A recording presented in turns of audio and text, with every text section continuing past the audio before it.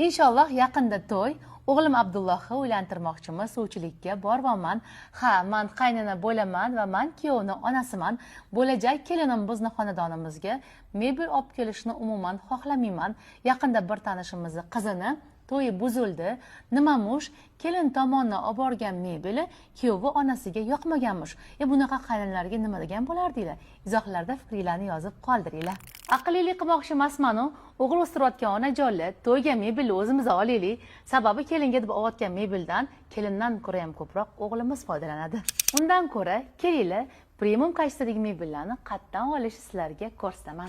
Mix Info nomi bilan hammamiz bilgan katta mebel fabrikasi jahon bozoriga chiqdi va shu munosabat bilan nomini Zelta Premiumga o'zgardi.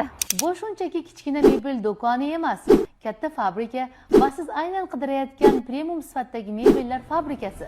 Bu yerdan siz stol-stullar, yumshoq mebellar, spalni garniturlarni katta assortimentda topasiz. Premium deganda faqat mebelni tashqi ko'rinishi emas, balki uni qanday ishlab chiqarilishi ham muhim ahamiyatga ega. Xarid qilgan mebelingiz uzoq yillar xizmat qilishni xohlasangiz, Zelta Premium fabrikasining sifatli mebellari eng zo'r tanlov.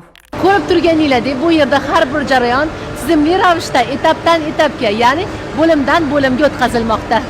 Har bir mebelni ortida mana shu yigitlarimizning mashaqqatli mehnati bor. Mebellar shu tarzda ishlab chiqariladi. Ishlab chiqarilish jarayonida esa hech qanday xatoliklarga yo'l qo'yilmaydi. Men sizga zavodda o'ndan bir qismini ham ko'rsata olmadim. Keyingi videolarda to'liqroq ko'rsatishga harakat qilaman. Manzilni tushuntirib o'taman.